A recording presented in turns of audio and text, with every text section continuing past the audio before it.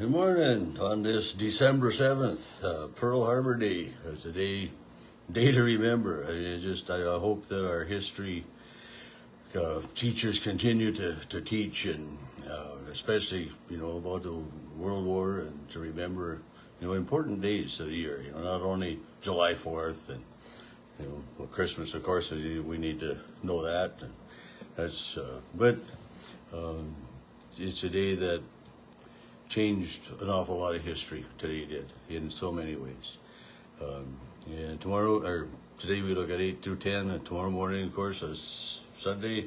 We'll have worship, normal time on Facebook at 9 o'clock from Sutton and Mabel there, and then we'll go up to McHenry at 10:30 again, and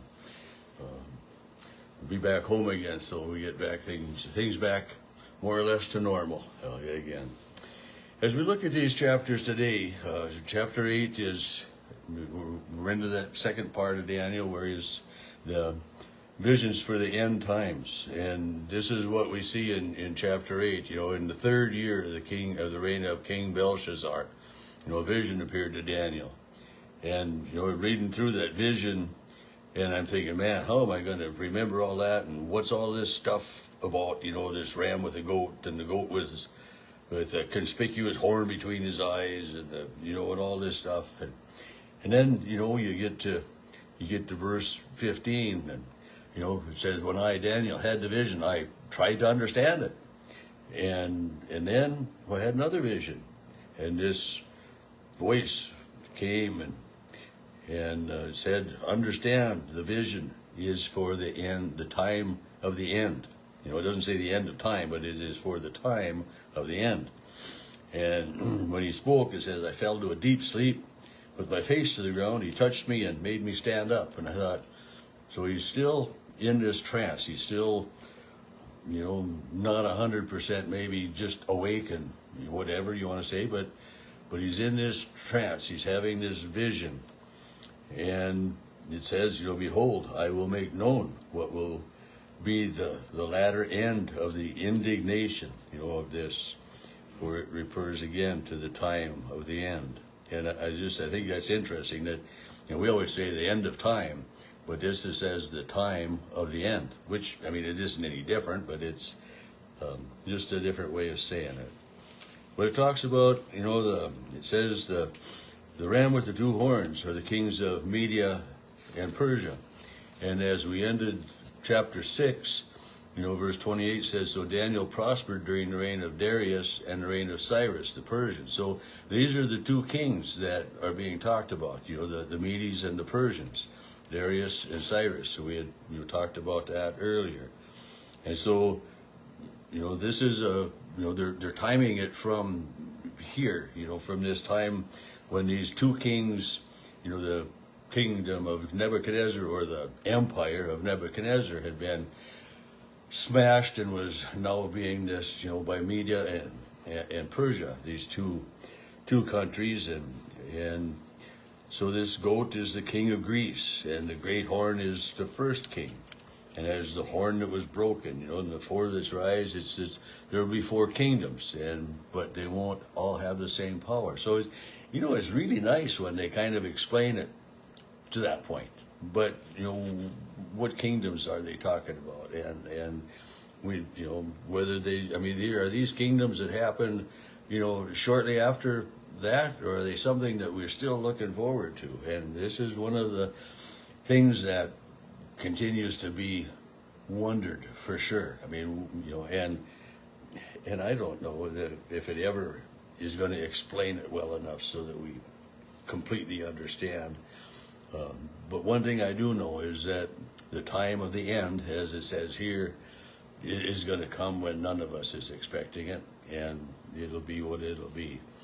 But chapter 8 ends with, and I, Daniel, was overcome and lay sick for several days. Then I went about the business of the king, and I was appalled by the vision and did not understand it. So even now, when it's been explained to Daniel, he says, I did not understand it. So I don't feel bad when I don't understand it. And I've said before too, and just a couple Sundays ago, I know when I was preaching, I made the comment that I don't worry about when the end time of the end is going to be. It's just, it isn't something that I fuss or fret about. I don't lose sleep about it, because I know that, I mean, it says all who believe in Jesus Christ will be saved, and when the time of the end comes, I'm not going to worry. And I've read different things now from science fiction novels about the like the Left Behind series. Is some of you familiar with that? But it's anybody's guess is really what it is. It's just a plain old guess. Well, I can say good morning to my daughter this morning. Good to have you join us. So then, chapter 9, in the first year of Darius, this son of, by a descendant of me. So, so here, we started out, chapter 8 was the third year of King Belshazzar, and now the first year of King Darius, which, Belshazzar was the son of Nebuchadnezzar, and it was his kingdom that was then destroyed and taken over by the kings of Media and Persia. And so there's Darius is, coming down that line. And so in the first year of his reign, it says, I perceived in the books the number of years that, according to the prophet Jeremiah, would pass before the end of the desolations of Jerusalem. And that was 70 years.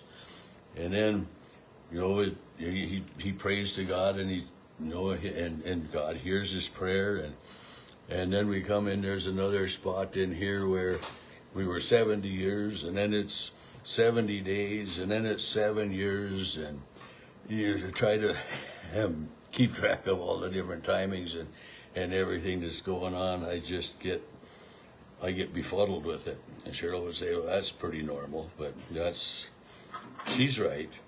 And yeah, but she just came back in the room, so she just heard that comment and said, of course that's right. So we all know that.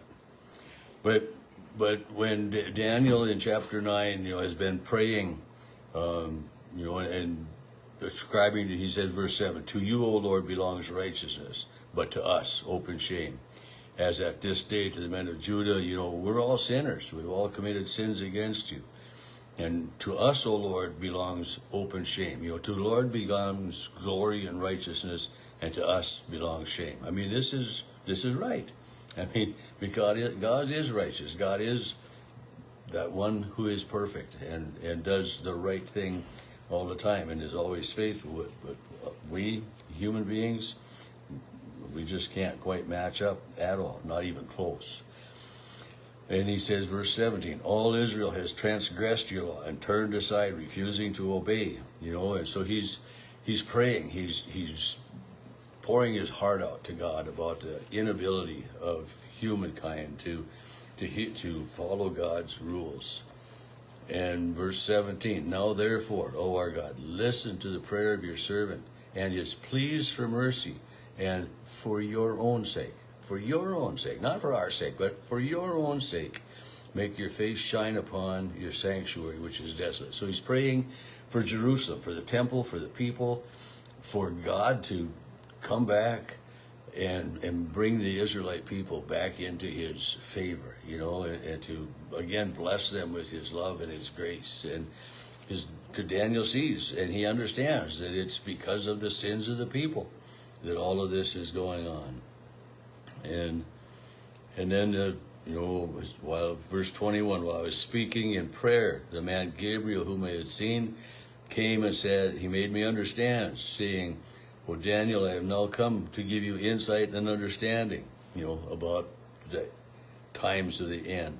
And so they talk about that, and there's, we had 70 years, and then there was 70 weeks, and out of the 7 weeks, in verse 25, there will be one prince, there will be 7 weeks, and then for 62 weeks it shall again be 4 squares and a mote. And after 62 weeks, of course, there's 7 and 62, so there's only 1 week left, and talks about that.